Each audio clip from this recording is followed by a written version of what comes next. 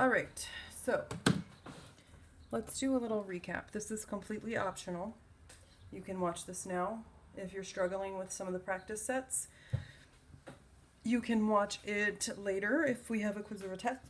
Oh, excuse me, a quiz or a test on this. You don't have to watch it at all if you do well with the practice sets. However, this is by no means an instructional video meant to teach you all the ins and outs of the limits practice sets. So make sure you're still watching the videos that I mentioned in the Google Doc that I created in the limits unit. So the biggest thing with limits, the limit is talking about what the y value is approaching, not what the y value is equal to. That's the biggest thing that people mess up. So let's say I have a function f of x, and let's say that I'm going to evaluate it at some x value equal to a, okay? So prior to knowing limits, we wouldn't be able to describe this graph very well using mathematical terms. Now, with limits, we can, because what we need to be able to describe is the fact that the function value is here, but the actual graph is way down here. So what we would say is, for example, the limit as x gets really close to a. I am not hitting a when I'm talking about a limit. I'm just getting very close. So I'm going like this. I'm getting closer and closer and closer, but I'm never actually getting there, okay? Or I'm coming from this side, which I'll talk about in a little bit, getting closer and closer and closer, but never actually hitting. Well, what are those y values doing? These y values are a little larger than L, yeah? Y values are a little larger than L. And as I get closer and closer to A, the y values are getting closer and closer to L. Same thing over here. These y values are a little larger than L, and as I move closer to x equals a, the y values are getting closer to L. So if I take the limit as x approaches a, then the y values approach L. So big important concept. This is always a y value.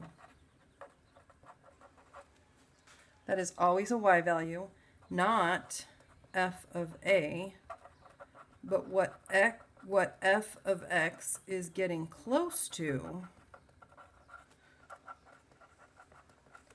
as x approaches a.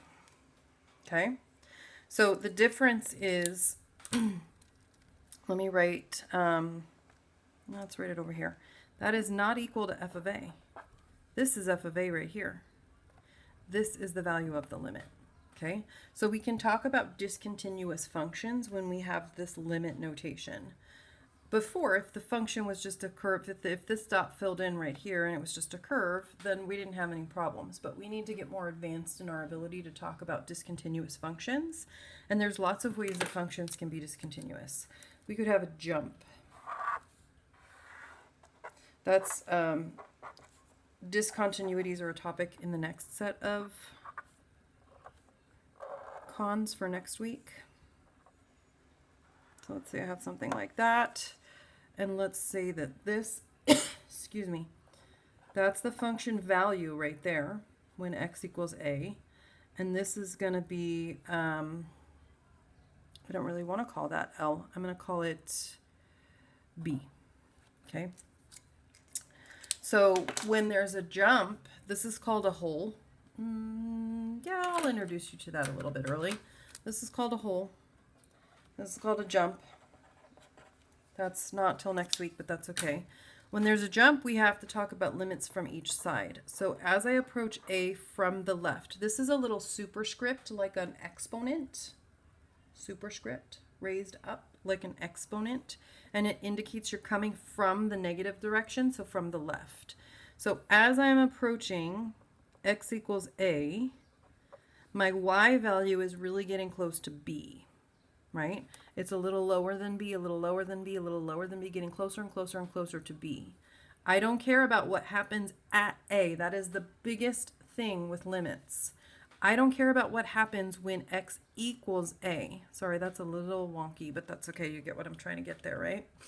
I care about what happens as x is getting very, very, very, very, very, very, very, very close to a from the left side.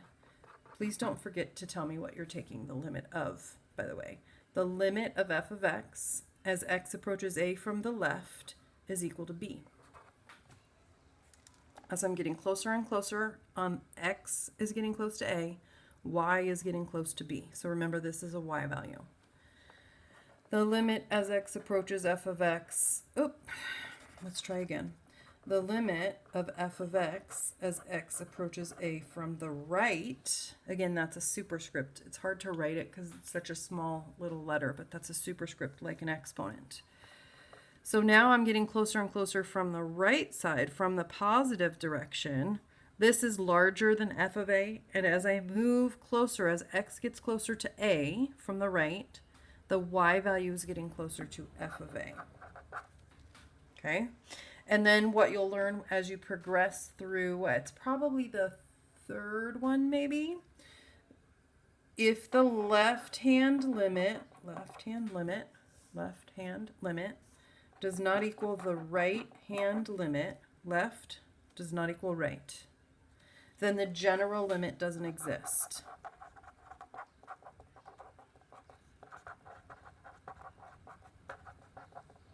So if somebody asked me for the limit as x approaches a with no direction, not left or right, I have to say does not exist because the left and the right are not the same. That might be the second one actually. And then we have infinite discontinuities. There's a lot more on this coming up later as well. There's a lot of ways this can look. But let's just do something simple. I'm just making up something kind of crazy. And go like that, maybe. Who knows what it does over there. Okay. So what they're calling them in this initial set of problems is they're calling them unbounded. And I'm pretty sure it's next week you're going to start, it might be the end of this week. You're going to start talking about limits at infinity, but for now they're called unbounded. So when you're doing the con, you could, let me label some stuff here. Let's call this A here. That's really the only thing I can label at the moment. If I ask you for the limit as x approaches a from the left, as my x value gets closer and closer to a, I'm following along the graph, it's completely unbounded. Unbounded. Same thing for the limit as x approaches a from the right is also unbounded. Now we're going to get more specific with this later. This is just an intro. We're actually going to change the way that we reference these, so don't get too stuck on the word unbounded. We're going to be more specific. And then the last practice set that I'm going to talk about is limits from tables. For now, I'll do another video later in the week. I'm going to turn off my phone. So when I'm talking about limits from tables, I actually like to do vertical tables better. A lot of the con are horizontal tables, but like if I'm finding a limit as x approaches 4, for example, let's start with a positive number because that's easier. I want to get closer and closer to 4. So let's look at like this graph right here. Let's say this is 4, and I want to start out over here, and I want to get closer and closer and closer and closer and closer and closer. So if I'm to the left, then I'm like 3 point something, right? I'm smaller than 4. So con kind of starts out further away than I normally do. I normally go 3.9 and 3.99 and 3.999. Okay. And then I would find function values. Let's say I find something like 6.1 and then 6.02 and then 6.001 or something like that. Okay, I'm just making these numbers up. You're not going to be calculating any tables in this first set of practice problems. So these tables are going to be given to you. You don't have to worry about where I came up with those numbers yet. Okay. What this top half of the table is representing is the limit. Let me draw a little swoosh. The limit as x approaches 4 from the left. These numbers are smaller than 4, but getting very, very close to 4. So smaller means from the left, yeah? Of a function. And the y values are getting very, very close to 6. Okay? And then, let me just grab a different color. I want to represent getting close to 4 from the right. So I would think like 4.1 and 4.01 and 4.001 maybe. Okay. And then let's say I get something like 10.2 and then 10.02 and then I'm not getting very creative with my numbers here, am I? 10.001. What this is representing is the limit as x approaches 4 from the right. I'm larger than 4, so kind of on this graph. Again, if this were 4, 4.1 and 4.01 and 4.001 and so on, I'm approaching from this direction, yeah? 4.1, 4.01, 4.001, I'm exaggerating that a little bit, of my function, and my y values are getting closer and closer to 10. Okay? And then what I could also add, maybe just to keep it fun, is that when x is equal to 4, y is equal to 10. So this is showing me f of 4 equals 10. Okay? So this is, I actually am drawing a potential t-chart for this graph right here. So as x approaches 4 from the left, I get a value like 6. So we would say this is 6.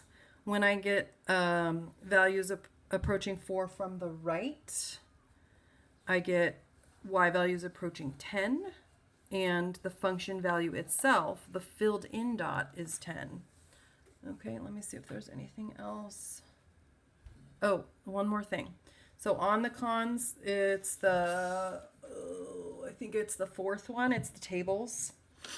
If they're asking you for a general limit, they have to show both directions. So just like I said here, the left-hand limit has to equal the right-hand limit in order for the general limit to exist.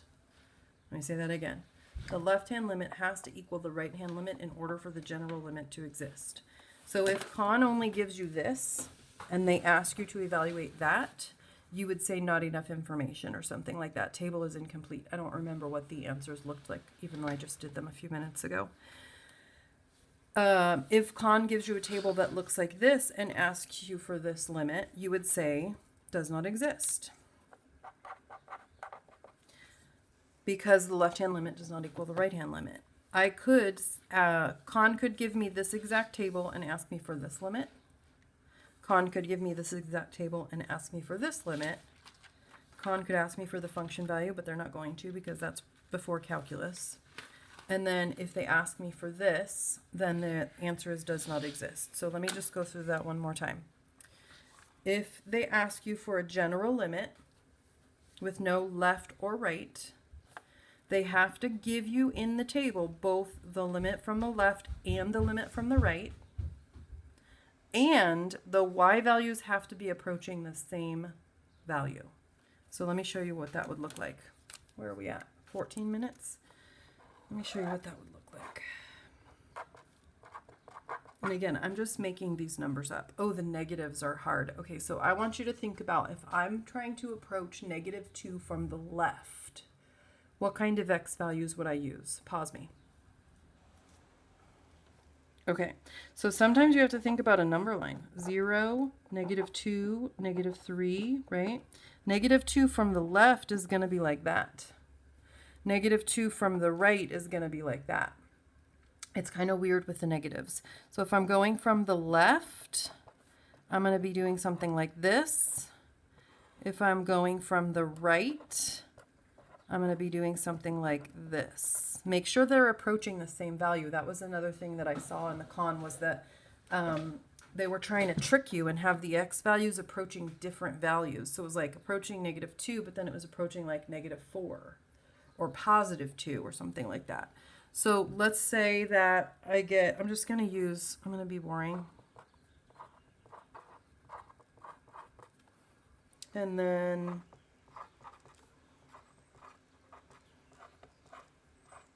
something like that, okay? I'm not obviously using a function. The limit from the left of -2 is equal to 6. The limit from the right of -2 is equal to 6. Therefore, the limit as x approaches -2 in general is equal to 6. Let me write that down. The limit as x approaches -2 from the left equals 6. And the limit as x approaches -2 from the right, that's a -2, is also 6. Therefore, the general limit exists and it is equal to the same value. So hopefully you see the difference between these two tables. Left-hand limit has to equal the right-hand limit. And then just one more time, I'm going to tell you, if they only give you one direction and they ask you for the general limit, let me even show you down here. If they only give you one direction and they ask you for the general limit, you have to say you're not given enough information. I cannot answer a question about a general limit unless I know both sides. General limit, I have to know both sides. All right, I hope you guys are doing well.